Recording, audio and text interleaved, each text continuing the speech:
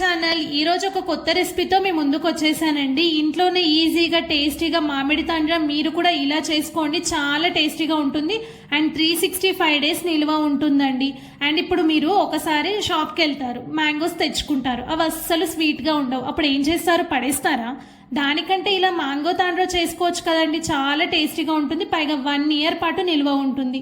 ఇలా చేసి మీ పిల్లలకు పెడితే మంచిగా టేస్టీగా ఉంటుందని మిమ్మల్ని మెచ్చుకుంటారు కదా. ఇలా చేసుకోండి.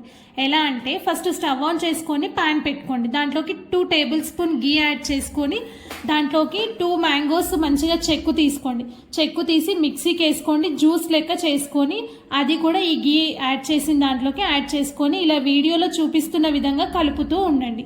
తర్వాత 1 కప్ బెల్లం తీసుకోండి. నేను 2 కప్ ఏంది బెల్లం యాడ్ చేస్తున్నారు అని అస్సలు షాక్ అవ్వకండి. షుగర్ కంటే బెల్లమే చాలా హెల్త్కి మంచిది. బెల్లం వల్ల ఎన్ని బెనిఫిట్స్ ఉంటాయో మనకు అందరికీ తెలిసిందే.